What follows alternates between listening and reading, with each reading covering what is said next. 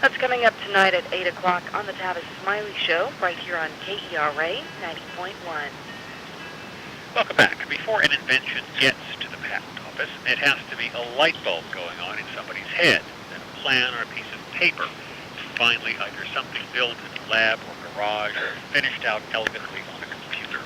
That's where inventors come in. Michael Boland wrote about the independent tinkerers who follow a lonely and unlikely path to fortune for the same issue of Forbes ASAP, in which Michael Malone's article on the patent office appears. His piece is called The Inventor Next Door. Michael Boland's a reporter for the magazine. He's covered a wide range of areas, including software markets, technology, products, and Silicon Valley business leaders. And he joins us for the rest of the show today. Welcome. Hi, thanks, Glenn. You start out by describing a meeting which, as you point out, could be mistaken for an AA meeting in this place, but it isn't. What is it? Well, we like to think of it almost like a support group, as an AA meeting, because a lot of these independent inventors have to go through this tremendous uphill battle throughout the patent process. A lot of times they'll either be kind of crushed by larger corporations that have marketing heft and things like that, and they really need each other to kind of get by and share ideas and that kind of thing. And it really does resemble an AA meeting where everyone's just kind of sitting around a table drinking coffee and eating donuts and sharing each other's pain. And it's kind of a poignant moment because in one way it was really good to see all these ideas getting shot around, and it's just kind of a metaphor for the innovation and creativity that kind of drives our economy in many ways. But at the same time, it was sad to see how a lot of these inventors are kind of disenchanted by some of the trials they've gone through. But they just kind of need to strengthen numbers. And this is just one example. There are these inventor groups all over the country. We counted about just under 100 of them across the country, and mostly in major cities. The one that you found is in Reno, yes. We chose Reno because we thought we'd get some colorful individuals there, which we definitely did. And also Nevada is the seventh highest, ranked number seventh in the country in terms of per capita patents granted. I saw that stat in the story, and it brought me to a halt. Does anybody have any idea why that's true? Well, I'm not exactly sure. I mean, it was kind of questionable to us, and that's one reason why we went there, to see, why Nevada, or why would there be such innovation coming out of Reno, which is kind of an old silver mining town of all places.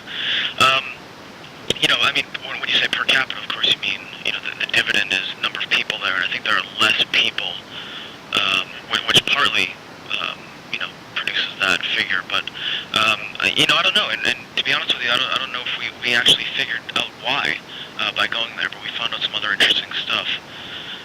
If you want to talk to us, we're at 214-871-9010 or 1-800-933-5372. Michael Boland, my guest.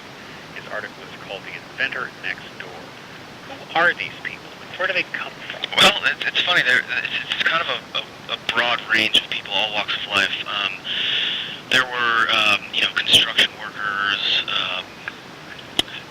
There was one person who was, she kind of a beauty school dropout who basically developed this tool, a microdermabrader, which allows people to give themselves home facials. It's basically almost like a tiny disc sander which you apply to your face. And she's getting orders all over the place from department stores and Home Shopping Network and things like that. That's an example. Usually someone who's just kind of in something in a particular field, they'll see something missing and then they'll go and invent it and basically devote all their time and drop out of that field and spend all their time on their invention. Like I said, there were construction workers. Some people developed tools and things like that. That's a big market. So yeah, they are just basically everyday folks.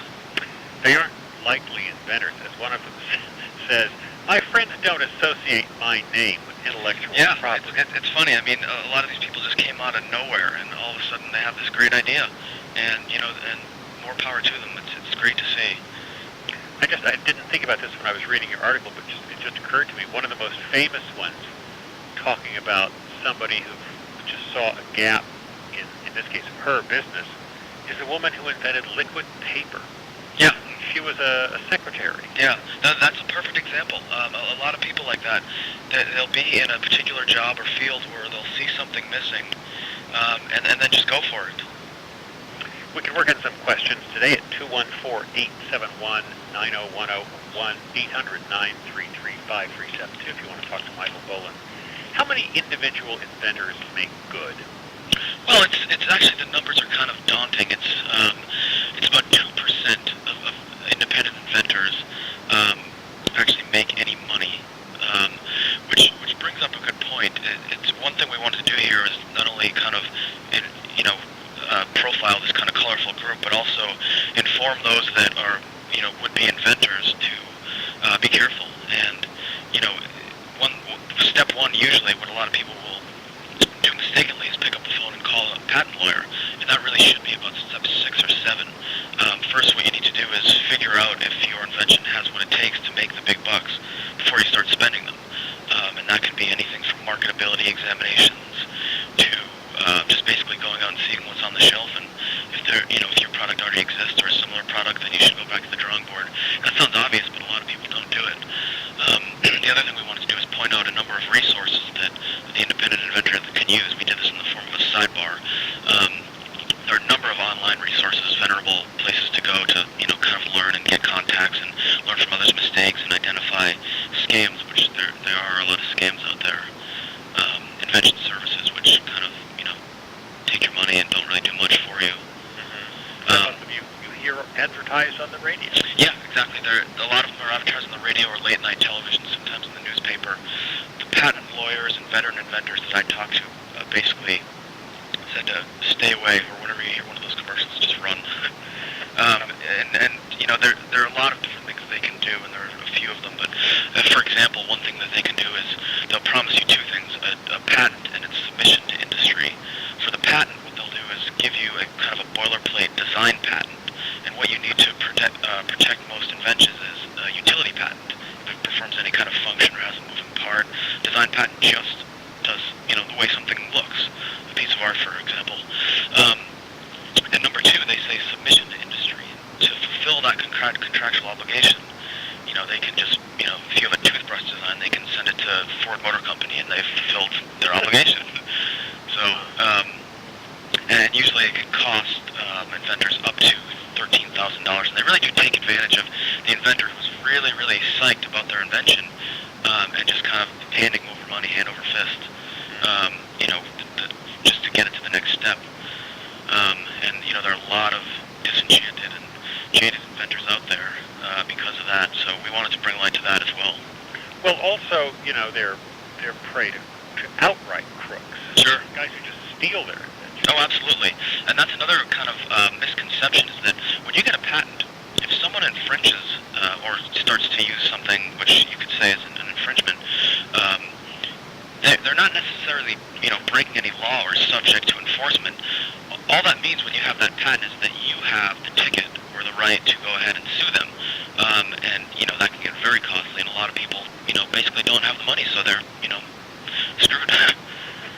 Let's get a couple calls for 214-871-9010 or 1-800-933-5372. Michael Boland, my guest from Forbes ASAP.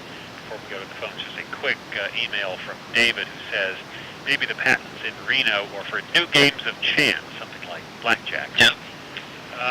Let's start it off with Carl. Good afternoon. Hey, Carl. Carl, call back. 214-871-9010 or 1-800-933-5372. One guy from this Nevada group apparently was a legendary inventor named Lemelson. Yeah, Jerome Lemelson. If anyone's interested in learning more about him, we did a story on him a few issues ago in Forbes.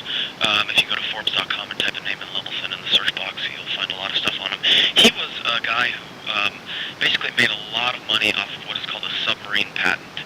And it's kind of a long explanation of what that is, but he made billions, and he's kind of, within inventor circles, he's well known. He is a past member of this particular inventor group, the Nevada Inventors Association. This is not a patent on a submarine. No. It's called that because he lot of ideas into these patents, and then kind of time them right, where he'll basically he'll make the patent many years in advance. When he sees that the market is ready for it, he'll bring the patent back up. 90% of the work is already done in terms of making the design and the claims and everything that has to be done through the patent process with a lawyer, and he'll go that last step right at the right moment where that item can be marketable. Because it's also a little known fact that patents only last about 18 years. It's 18 years from the day that you get the patent, or 20 years from the day that you apply, whichever is longer. So sometimes you can invent something that's before its time and, miss out. So let's get a call from Scott in Dallas. Hello.